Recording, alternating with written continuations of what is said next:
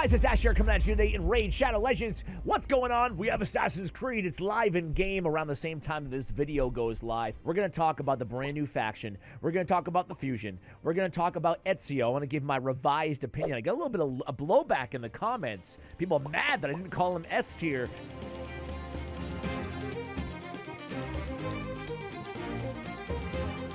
You know, I'll reiterate exactly how I feel about the free legendary champion and everything else in the entire update. There's a lot to get to, so let's just jump right into it with this info deck. Confidentiality notice. I can't share it with you guys before now.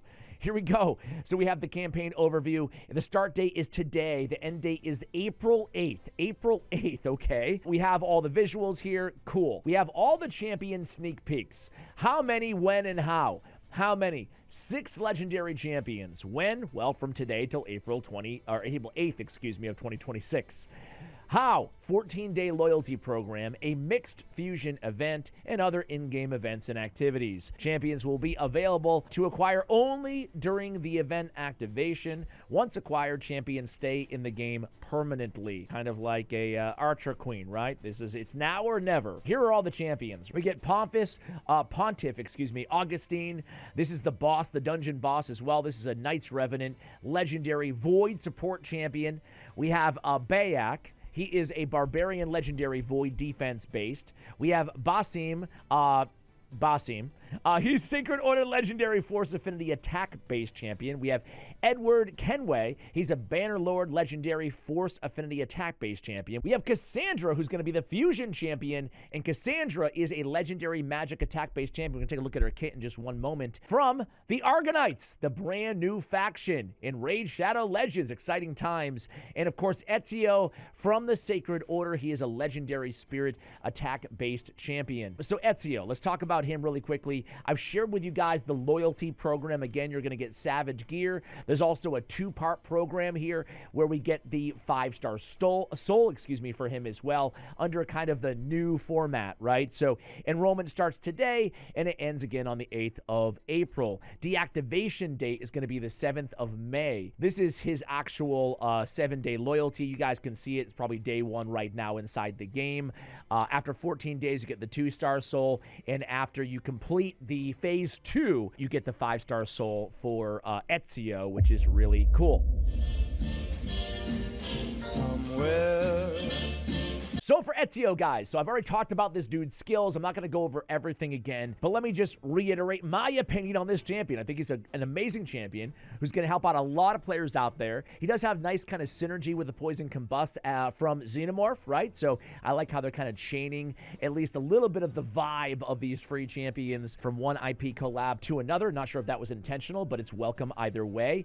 It can help cleanse that debuff bar with the poison activations as well. Really nice ability on Da Vinci's design. He has a really cool passive as well. Overall, I consider him like an A- A tier champion, just depending on what you need on your account. The weird thing, and this is what I pointed out in my initial video, and again, some blowback. I'm sorry, guys. We can agree to disagree, can't we? I'm not saying he's a trash arena champion, but I'm not a fan of the conditionality on the Da Vinci's design, especially because player him in the press release around Ezio, they said they see him as a strong PvP champion. Now, sure, in progression mode, depending on where your account is, that's the beauty of a 7, almost 8-year-old game. Their needs might be different on your accounts. I think it's super cool looking. There's a lot I love about this dude, don't get me wrong, but a few things that I want to correct. If all enemies are under Stone Skin, decrease each bomb debuff detonation by 1 turn. All enemies under Stone Skin, that is popular in Siege, but you're really not seeing that in the meta anymore, even in not just Platinum, but even Gold 5, even Gold 4.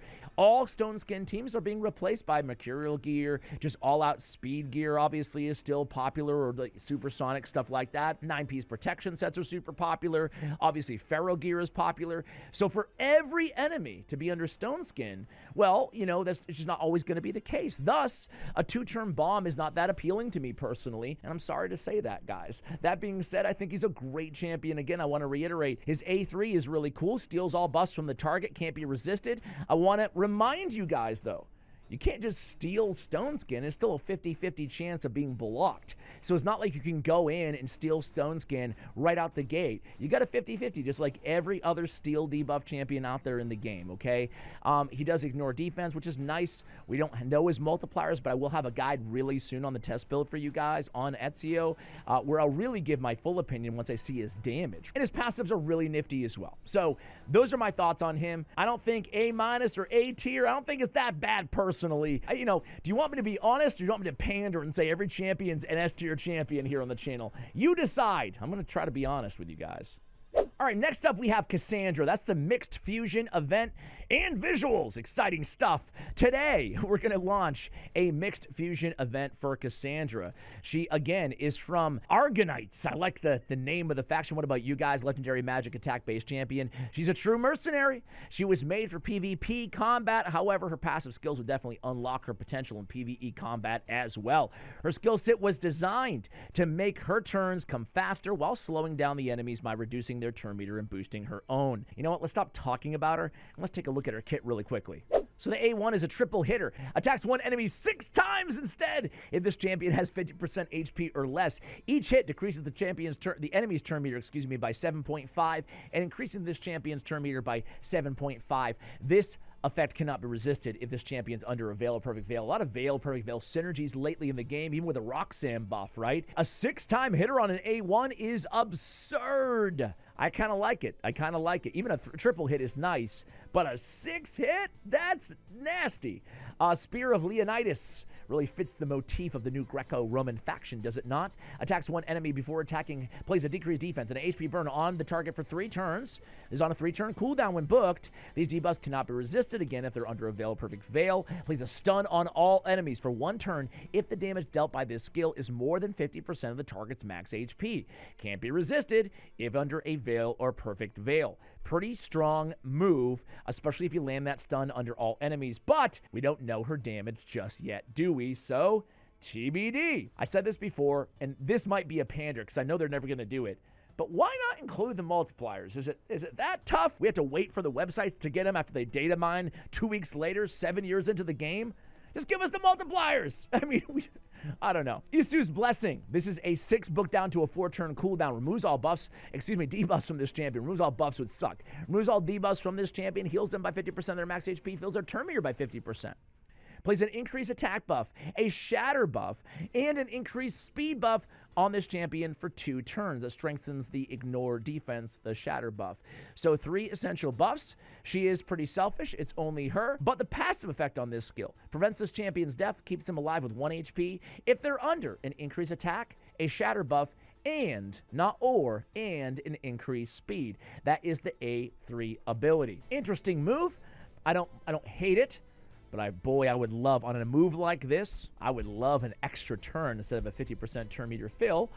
Beggars can't be choosers, but, everything is permitted whenever an enemy's HP drops below 25%. After receiving damage from any assassin, they receive additional bonus damage proportional to this champion's attack. This is the everything is permitted assassin's passive here, right?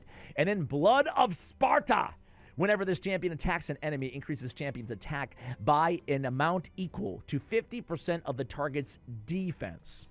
Whenever an enemy attacks this champion, increase this champion's defense by an amount equal to 50% of the attacker's attack. So this is pretty freaking busted. I will say that I love the speed auras on both of these champions that we've spoken about so far. Both Cassandra as well as Ezio, 19% in all battles. I love the speed auras. I like the everything is permitted passive. And I really like this Blood of Sparta. That goes a long way, this passive, for me, into making her even more viable. Because honestly, the kit definitely intrigues me. I will absolutely be fusing this champion. I mean, she's the first champion in the new faction anyway, right? It doesn't scream game-breaking to me, I'm not going to lie. But it screams intriguing. And hell, I mean, they're going to add this new faction of Faction Wars eventually. I want to start stacking up my odds, right? So I will be going for, what about you guys? What do you think? It's really tough without the damage, right? I hate to keep saying it, but it is true. All right, let's keep going on here, guys. A little bit here about the Argonites. This is the 16th faction and the 4th to join the Nyresian Union of the Dwarves, Shadowkin, and Sylvan Watchers. In the east of the Lost Isles of the... Well, you guys can read it. You guys can read it. You can see the background. You can see their flag. Is it called the flag or is it called something else? Well, you guys can see it there. What do you think? I mean, I think that Nubs mentioned this in a video that we just collabed together. We did a couple collabs. It was really fun. But one of his viewers, and I think I've read this in my comments too, I think it might be time to change accessories for not just because it's tough with 16 freaking factions to change it to the unions, you know, the 4 that we can share all the accessories, right? I mean, that would really make the game a lot easier, especially management of accessories. I don't know. Are you guys with us on that, or let me know? Let's talk about the skills of the other champions, right? This is going to be Bayek and Edward in Basim, okay? So let's take a look. Let's start with Bayek. And by Bayek, I think it's maybe Bayek. I'm sorry, guys. I'm not an Assassin's Creed player. I love you guys. I read all your recommendations, and I think I have my list of Assassin's Creed games. I was going to buy the new one for Switch 2, and you guys told me on my community tab poll, no, no, no. So I say all that to cut me a little bit of slack on the pronunciations. Bayek, shouldn't be that hard. Void, defense, barbarian, attacks one enemy, places a leech for 2 turns, fills his champion's turn meter by 20% on the A1. On the A2, this is Desert Zephyr, attacks all enemies, place a decreased accuracy and a decreased resistance for 2 turns. Is on a 3-turn cooldown when booked. Also place a provoke on all enemies for 1 turn, and the target's under 3 or more debuffs places a provoke on for 2 turns instead. Pretty powerful move there, right? Decreased accuracy, decreased resistance, and a provoke potentially on 3 turns.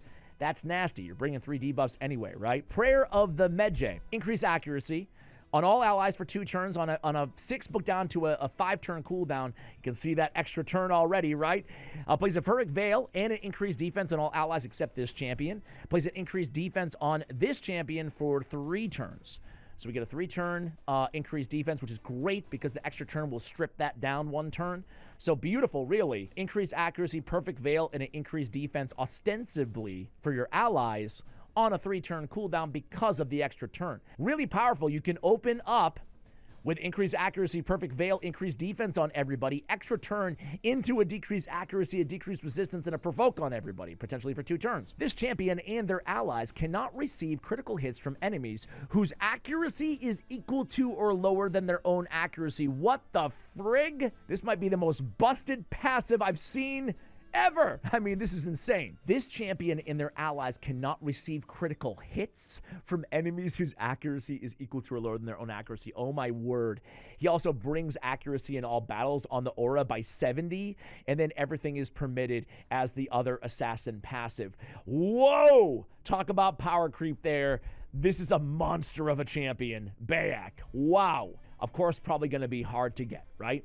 All right, next, here's Edward Kenway. He is a force attack Bannerlord champion, triple hitter on the A1. Each hit has a 100% chance of decreasing the target's turn meter by 15%. Each hit will decrease the target's turn meter by 25 instead if the attack is critical. This can't be resisted. This champion's under a veil or perfect veil.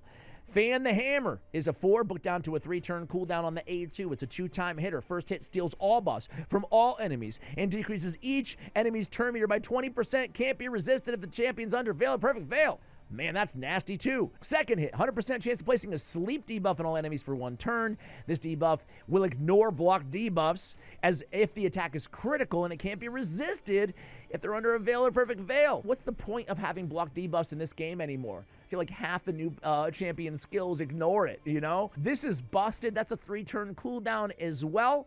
So we're stealing all buffs, decreasing turn meter, and then we're putting them to sleep. Normally, I don't love sleep, but we're stealing all their damn buffs, and it's irresistible ahead of time, right?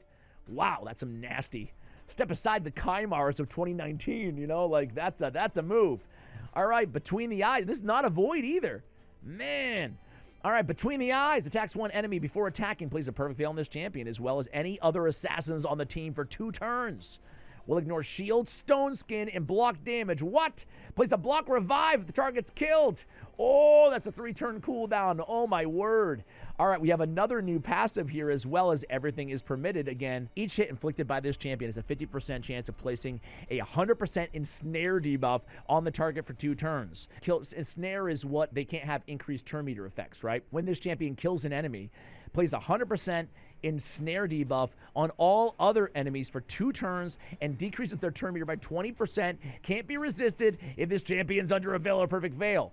And this champion inflicts 20% more damage against targets under ensnare debuffs.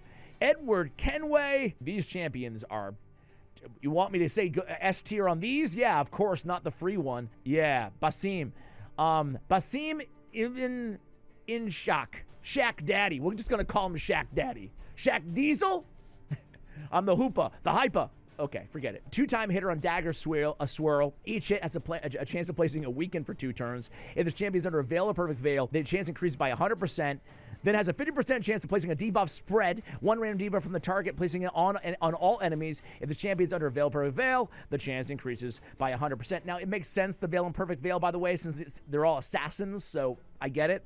Up in Smoke, 3-turn cooldown, when booked, an AoE attack. Again, attack-based champion here from the Sacred Order. And again, Force Affinity as well. This is going to be an AoE, ignore 15% of target's defense. 30% of each target's defense instead if he's under, you guessed it, a Veil or Perfect Veil. 100% chance when booked of placing a block active skills for 2 turns. Can't be. Will ignore, block debuffs again if this champion is under a Veil or Perfect Veil. Wow. Winds of Baghdad. Attacks 1 enemy 2 times. Deals 5% more damage for each buff and debuff on this champion. And 5% more damage for each buff and debuff on the target. Up to 100% Perfect Veil on this champion for 3 turns. And then grants an extra turn. Oh my word. Masterful Thief. Whenever this champion is attacked, steals a random buff from the attacker and transfers a random debuff from this champion to the attacker. These effects will ignore Polymorph. Occurs once per skill. Will ignore 25% of the target's resistance when using skills if this champion is under a Veil or Perfect Veil. My word. Aura is attack in all battles by 30%. It's off the screen. Sorry about that. Oh my word, guys. When I get an extra turn, I always like to think about, you know, the cadence of the moves, right? So we're opening up with a attack 1 enemy 2 times, extra damage, and then a Perfect Veil. So basically, you're going to open up with this because you get extra turn anyway and that Perfect Veil. Now you have the extra turn, the Perfect Veil. You get a 30% AoE ignore defense, block active skills, ignore block debuffs. The only thing this guy doesn't have is buff removal, but he gets around that to an extent by placing a block active skills that ignores block debuffs. Do you guys think they've crept too hard here? Oh my word. The boss skills. This is Pontiff Augustin. Why do I say Pontiff? I apologize, guys. I apologize. I'm murking these pronunciations. We have a block active skills for 2 turns. Steals turn meter for each buff on them on the A1. This is a Knight Revenant, again, champion. Removes all buffs from all enemies. Plays a snare for 2 enemies. Ignore block debuffs on enemies under 3 or more buffs. Decrease target's turn meter by 25%. If an enemy's under 3 or more buffs, decrease their turn meter by 40%. Places an increased accuracy and intercept on all allies. Fills their turn meters by 25%. Extra turn. Allies receive 25% less damage from enemies under block damage, unkillable, Veil, Perfect Veil, and Stone Skin buffs. Each time an enemy receives a buff, is healed, or has their turn meter filled, has a 50% chance to decrease the duration of all their buffs by 1 turn. Oof. That's nasty. Every time they receive a buff or are healed or even have their turn meter filled, they can lose all their buffs by 1 turn? Man, occurs once per skill, once per target. Thank God, but still busted. Speed in all battles by 24% on the aura as well. Golly, this is... I'm going to be real. I mean, I hope I'm not being hyperbolic. I'm genuine here in my statement that I think this is the biggest power creep that we've seen in a long time with this whole thing, guys. I don't know about you all, but man. All right, Chronophage. Actually, in my previous video on this collab, I was kind of bummed out that it wasn't pinpoint. I take that back because I looked at my Chronophage gear and I need more. I need to take this dungeon very seriously. So I'm excited about the gear set. You know, it is the buff version of the gear set as well, obviously. All right, event relics. I'm not going to go over every event relic here, but what I'm going to do is just keep them on the screen for you guys to check out. Surprise, surprise, the event relics look pretty freaking busted as well. There's so many relics that I almost get relic overload at this point, but you get more damage under shield. You get remove all debuffs from the wearer when they receive 70 or a certain threshold of damage per turn, a single turn, and then you get the diabolical dice and the tower helm, and then you have all the event theme items, the avatar frame and the badge. I mean, this is just pretty busted. There'll be 2 Assassin's Creed themed avatar frames. Not the avatar frames aren't busted, they look cool though. And the other one is obtained by collecting all Assassin's Creed related champions: Cassandra, Edward, Ezio, excuse me, Basim, Bayek, and Pontiff. Moreover, players who collect all 6 themed champions will be able to earn the special badge, Master Assassin. There it is, guys. That's the video. That's the entire Assassin's Creed update, which is live in the game now. What do you guys think? Let me know in the comments below. Much love, and as always, take care, guys.